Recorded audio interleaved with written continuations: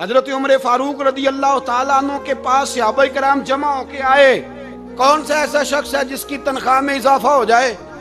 تو لوگ کہتے ہیں نہیں مجھے نہیں چاہیے، پر ہم نے وہ لوگ دیکھے ہیں، حاجی صادق صاحب کو مسجد والوں نے کہا 1000 روپیہ تنخواہ بڑھانی ہے، تو حاجی صاحب کہنے لگے میرا بڑا سونا گزارا ہوں ہے، مینوں نہیں بڑے نے۔ حضرت سیدنا عمر فاروق رضی اللہ عنہ صحابہ اکٹھے ہو کے گئے، کہنے لگے عمر حضور کے زمانے میں بظاہر غربت رہی، جناب صدیق اکبر کے زمانے میں غربت، اب تو بڑی ریل پیل ہے، بحرین سے لاکھوں کا مال آتا ہے، آپ کو بڑے بڑے سفیر ملنے آتے ہیں، پر آپ وہی پرانا کرتا اور وہی طامت جو کئی جگہ سے سی آپ نے کئی جگہ سے پھٹی۔ اور حضرت عمر ایک دن عید کی نماز پڑھانے گئے تھے تو ننگے پیر ہی چلے گئے، لوگوں نے کہا جوتا، فرمایا ٹوٹ گیا تھا یار، پہننے کے قابل نہیں تھا، فرمایا ننگے پیر آ گئے اور لوگ کیا کہیں گے؟ فرمایا چھوڑو، عمر کے پاؤں ننگے ہیں لیکن عمر کے کردار میں تو کوئی شک نہیں نا، پیر ہی ننگے ہیں نا، کیا ہوا؟ چھوڑو اس بات، کوئی پیار نہیں دنیا داری سے، دولت سے، کوئی چکر ہی نہیں۔ حضرت سیدنا عمر فاروق رضی اللہ تعالیٰ عنہ کو صحابہ نے اکٹھے ہو کے کہا، یہ ہے امت کے بیدار ہونے کے طریقے جو عرض کر رہا ہوں۔ کہا جناب آپ اب بڑا مال غنیمت ہے، اور جس طرح ہر صحابی کا حصہ ہے آپ کا بھی حصہ ہے، تو ایک نیا کرتا ہی ڈال لیں آپ خرید کے۔ اب جب مشورہ ہو گیا صحابہ میں تو کہنے لگے عمر سے بات کون کرے گا؟ نیا کرتا پہننے کی عمر سے بات کس کو برا لگتا ہے جی؟ نیا کرتا کون بات کرے گا؟ حضرت سیدنا علی المرتضیٰ کا انتخاب ہوا، کہنے لگے مولا علی کی بڑی عزت کرتے ہیں، ان سے بڑا پیار کرتے ہیں، ان سے بات کرتے ہیں۔ تو حضرت علی کو بلایا گیا، عرض کی حضور مہربانی فرمائیں، حضرت عمر سے کہے نئے کرتے کے لیے، آپ فرمانے لگے عمر میری بڑی قدر کرتا ہے، بڑی بات سنتا ہے، پر یہ والا کام نہیں میں عمر سے کہہ سکتا، یہ کسی اور سے کہو۔ تو کہنے لگے آپ رہنمائی کر دیں، کس کو کہیں؟ تو جناب علی المرتضیٰ فرمانے لگے اگر حضرت عائشہ صدیقہ سے کہو گے تو عمر فوراً مان جائے گا، وہ مومنوں کی ماں ہیں۔ صحابہ حضرت عائشہ کے پاس، اماں جی عمر کو بلائیں، ان کو کہیں بڑے بڑے سفیر آئے ہوتے ہیں، وہی پرانے کپڑے پہن کے بیٹھ جاتے ہیں۔ اللہ اکبر۔ حضرت عائشہ نے پیغام بھیجا، فرمایا عمر کو بلاؤ۔ عمر فاروق دوڑے ہوئے آئے، پردے کے پیچھے حضرت عائشہ کے پاس گھٹنوں کے بل، اماں جی دیر تو نہیں کر آیا میں آنے میں؟ حکم ہو، حضور کے گھر سے پیغام آیا، بڑے بڑے سفیروں کو چھوڑ کے بھاگے۔ حضرت عائشہ صدیقہ کہنے لگی عمر دیکھو جائز پیسے ہوں تو اسلام اچھے لباس سے منع نہیں کرتا، اب بڑا بڑا مال آیا ہے، اب تیرا بھی حصہ ہے، تو صحابہ کرام کی خواہش ہے کہ نیا کرتا پہن لو، بڑے بڑے سفیر آتے ہیں، حرج بھی کوئی نہیں، جائز بھی ہے، کو منع نہیں۔ حضرت عمر نے گردن جھکا، جی اماں جی، جی اماں جی، جی اماں جی۔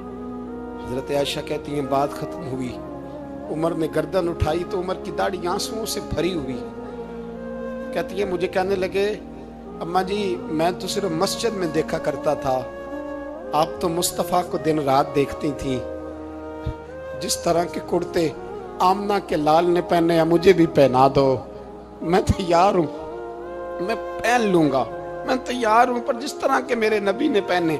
حضرت عائشہ کہتی ہے میں پھوٹ کے روئی، میرا پلو آنسوؤں سے بھر گیا۔ فرماتی ہیں میں عمر کی بات سنتی گئی تو میرا پلو آنسوؤں سے، میں نے کہا عمر تو جا، تو ٹھیک ہے۔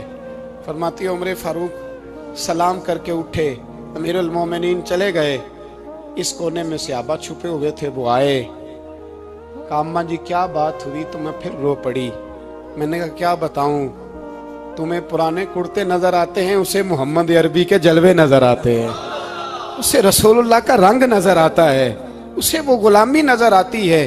عمر کو دنیا سے پیار، اور دنیا سے پیار نہیں تھا، دعا پتہ کیا تھی؟ یوں جھولی اٹھا کے اللہ مرزقنا شہادتن فی سبیلک وجعل موت فی بلد حبیبک، اللہ عمر کو بسترے والی موت نہ دینا، موت شہادت کی دینا، اور میں میدان میں جا کے نہیں مرنا چاہتا، مجھے رسول اللہ کے شہر میں موت چاہیے، باہر جا کے نہیں، یہی میدان لگے مدینے میں، یہی موت آئے، اسباب بنا، میں مدینہ بھی نہیں چھوڑنا چاہتا۔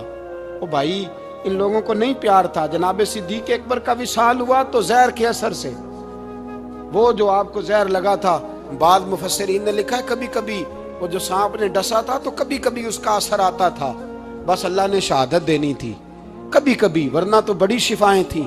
حضرت عمر شہید، حضرت عثمان، جناب علی، امام حسن، امام حسین، علی اکبر، علی اصغر، حضرت عباس، حضرت سعد بن معاذ، حضرت امیر حمزہ، مصعب بن عمیر۔ میرے محبوب نے تو لسٹ بنائی شہیدوں کی، لسٹ بنائی شہیدوں کی۔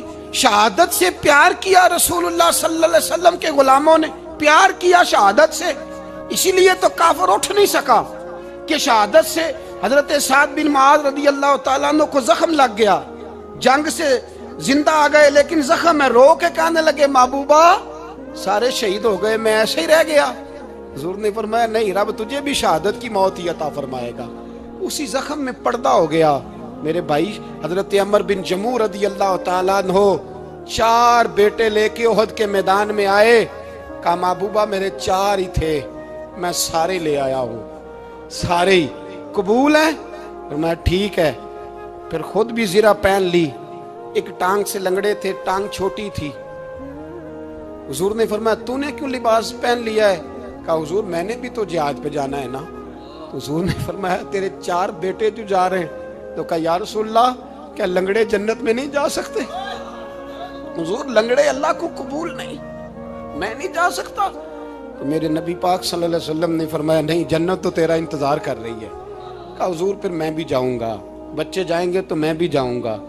ایک بی بی احد کے دن 3 سال کا بچہ لے کے گھر سے نکلی، بیبیوں کو کہتی ہے میرا خامد بھی بدر میں شہید ہوا، بھائی بھی اور باپ بھی۔ آج حضور نے پھر بلایا ہے، دل کرتا تھا کوئی جوان بیٹا ہوتا تو میں پیش کرتی، پر اب میرے پاس یہ 3 سال کا ہی ہے۔ بچہ لیا مدینے میں، مسجد نبوی میں، حضرت بلال سے کہنے لگی 2 منٹ حضور کا دیدار چاہیے۔ نبی پاک آئے، کیسے آئی ہو؟ کہنے لگی محبوبہ میں شہید کی بیٹی، شہید کی بہن، شہید کی بیوہ ہوں، میرے پاس اب جوان تو کوئی نہیں، یہ 3 سال کا ہی ہے۔ حضور نے مسکرا کے فرمایا یہ کرے گا کیا کرے گا؟ کہنے لگی حضور سنا ہے اسلحہ تھوڑا ہے، ڈھال کی ضرورت ہے، لوہے کی ڈھال ہوتی تھی، جب تلوار آتی تھی تو آگے کی جاتی تھی۔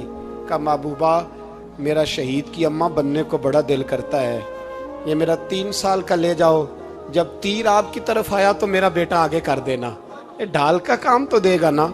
ہنستے ہوئے محبوب کی آنکھوں میں آنسو آئے، بچے کو پکڑ کے سینے سے لگایا، ماتھا چوما، فرمایا جا تیرے ساتھ وعدہ ہے قیامت کے دن تجھے شہید کی اماں کہہ کے ہی پکارا جائے گا، وعدہ ہے تیرے ساتھ تجھے شہید کی۔ میرے بھائی مرنے کو دل ہی نہیں مسلمان۔ میرے نبی پاک صلی اللہ علیہ وسلم نے فرمایا جس کے دل میں کبھی شہادت کی آرزو پیدا نہیں ہوئی، اس کے سینے میں دھڑکنے والا دل مومن کا ہے ہی نہیں، وہ تو منافق ہے۔ جو کبھی دین کے رستے میں شہید ہونے کو، میرے بھائیوں دین کو بڑی ضرورت ہے، بڑی ضرورت ہے، بڑی۔ اے خاصائے خاصان رسول وقت دعا ہے، امت پہ تیری آ کے عجب وقت پڑا ہے۔ وہ دین جو بڑی شان سے نکلا تھا وطن سے، پردیس میں وہ آج غریب الغربا ہے۔ فریاد ہے اے کشتی امت کے نگہباں، بیڑا یہ تباہی کے قریب آن لگا ہے۔ اور ایک شاعر قلم توڑ گیا، کہنے لگا تجھ سے فریاد ہے اے گنبد خضرا والے، تجھ سے فریاد ہے اے گنبد خضرا والے، کعبے والوں کو ستاتے ہیں کلیسا والے، تجھ سے فریاد اے گنبد خضرا۔ اپنے اندر دین کا درد پیدا کرو، ذوق پیدا کرو، مسلمان بن کے جینا سیکھو۔ جب کوئی برادری پوچھے تو کہو میں محمدی ہوتا ہوں، میں مصطفی ہوتا ہوں، میں رسول اللہ کا غلام ہوتا ہوں، میں پہلے مسلمان ہوں، باقی کچھ بعد میں ہوں۔ خدا را اپنے گھر میں پردہ کراؤ، خدا را رزق حلال کھاؤ، اگر پردے نہ ہو رزق حلال نہ ہو تو جذبہ جہاد پیدا نہیں ہوتا۔ خدا را اپنے اندر انقلاب برپا کرو، دین کے لیے جینا سیکھو۔ دین بڑا تڑپتا ہے، دین بڑا روتا ہے۔ رسول اللہ آج تجارت کرنے والے ملتے ہیں، آج سیاست کرنے والے ملتے ہیں، دین والے نہیں ملتے، دین کے درد والے نہیں ملتے۔ اپیل ہے آپ سے، آج رات 2 نفل پڑھ کے اور کچھ نہ ہو سکے تو مسلمانوں کے لیے دعا ضرور کر دینا، ان کے لیے دعا ضرور کر دینا، اپنے آپ کو بیدار کرو۔ بھئی ہم تو آج تک اس لیے ڈر رہے ہیں کہ ہمارا چہرہ ہی نبی پاک جیسا نہیں بن سکا، تو داڑھی رکھنے میں بھی ہم ڈرتے ہیں، نمازی بننے، مسجد آباد کرنے میں، مسلمان کہلانے میں ابھی تک خوف ہے۔ تو بتلاؤ نا، اس سے آگے بات کب چلے گی؟ جہاد کی بات تو بڑی آگے جا کے ہے۔ بدل جاؤ، رسول اللہ کا غلام بن کے جینا سیکھو، نبی پاک صلی اللہ علیہ وسلم کی غلامی کا پٹا اپنے گلے میں ڈالو۔ یہی امام حسین کی سوچ ہے، یہی امام علی مقام کا پیغام ہے، اس کو کبھی فراموش نہ کرنا۔ امام حسین ہمیں بتا گئے سارا کچھ لٹ جائے پر دین کے اندر کوئی نقص واقعہ نہ ہونے پائے، کوئی شرابی، کوئی بے ایمان، کوئی لٹیرا کبھی اس کے سپورٹر نہ بننا۔ ہمیشہ وہ کسی شاعر نے کہا تھا، ہم سے نہ رقم ہوں گے قصیدے یزید کے۔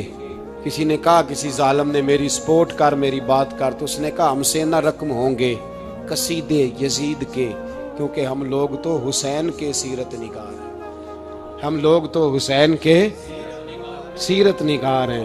یہ محرم کے جو دن ہے یہ انقلاب کے دن ہے، رونے پیٹنے کے نہیں، انقلاب کے دن، جذبوں کی بیداری کے دن، ظلم کی آنکھوں میں آنکھیں ڈالنے کا جذبہ پیدا کرنے کے دن۔ اس کو اسی رنگ میں لو۔ بندہ جس سے پیار کرتا ہے نا، وہ بندہ کبھی کبھی پھر پیار کا فائدہ ناجائز بھی اٹھاتا ہے، کبھی کبھی یہ بھی نقصان لوگ کرتے ہیں۔ پہلی بات تو یہ کہ جب پیار ہو جائے تو اس کا فائدہ جائز بھی نہیں اٹھانا چاہیے۔ جس نے فائدہ اٹھا لیا تو اس نے تو استعمال کیا نا۔ تو ہوتا ہے ہمارے گھروں میں کہ اگر بچہ اماں کے قابو میں تو پھر اماں جو دل کرتا ہے کراتی ہے، اور جو اس کو کہہ دیتی ہے پھر وہ کہتا ہے خو میری اماں نو آکھیا ہے، پر وہ ڈنڈا اٹھا لیتا ہے، آؤ دیکھتا ہے نہ تاؤ دیکھتا ہے۔ یہ بھی ایموشنل کرنا ہے، کر لیتے ہیں لوگ۔ بیٹی کو بھی پتہ چل جائے نا ابا میری بات مانتا ہے، تو وہ سارے بچے کہنا سیر کرنے جانا ہے تو ابا جی کو کون منائے گا، تو کہتی ہے تسی چپ کر جاؤ، ابا جی کو میں بات کروں، اسے پتہ ہے میرے سے پیار کرتا ہے۔ اب بات کو سمجھ لیں، یہ ایک ایموشنل کرنے کا طریقہ ہوتا ہے، لوگ کر لیتے ہیں، اور وہ بندہ چونکہ پیار کر رہا ہوتا ہے تو پیار کرنے والا بہرحال کہیں نہ کہیں پھر قابو آ جاتا ہے۔ وہ استعمال بھی ہو تو ہو جاتا ہے، لیکن وہ بندہ ٹھیک ہوتا ہے، کیونکہ وہ استعمال ہو بھی رہا ہے تو ہو تو پیار میں رہا ہے نا، پیار میں ہو رہا ہے نا۔ سمجھ لے میری بات کو۔ حضرت سعد بن نبی وقاص رضی اللہ تعالیٰ عنہ کا نا اپنی ماں سے بڑا پیار تھا، بڑا پیار تھا اپنی والدہ سے۔ تو حضرت سعد بن نبی وقاص کلمہ پڑھ گئے، اماں جی نے بھوک ہڑتال کر دی، اسے پتہ تھا کہ میرا پتر مجھ سے پیار بڑا کرتا ہے، میں نے بالآخر منوا لینا ہے۔ تھوڑی سی آبادی تھی، ایک گھر کے اندر جو مسئلہ چھڑتا تھا نا اس کا سارے شہر کو پتہ چل جاتا تھا۔ اب کونوں میں، گلیوں میں اب باتیں بھی ہونے لگیں کہ وہ سعد کی ماں ہڑتال پہ بیٹھی ہوئی ہے، بڑا مسئلہ ہے۔ اب پریشر بڑھنے لگا۔ حضرت سعد بن نبی وقاص فرماتے ہیں کہ وہ جو میرے قریبی لوگ تھے نا صحابہ، وہ بھی مجھے کہنے لگے یار کوئی رستہ نکال، ہر چوک میں تیری بات ہوتی ہے۔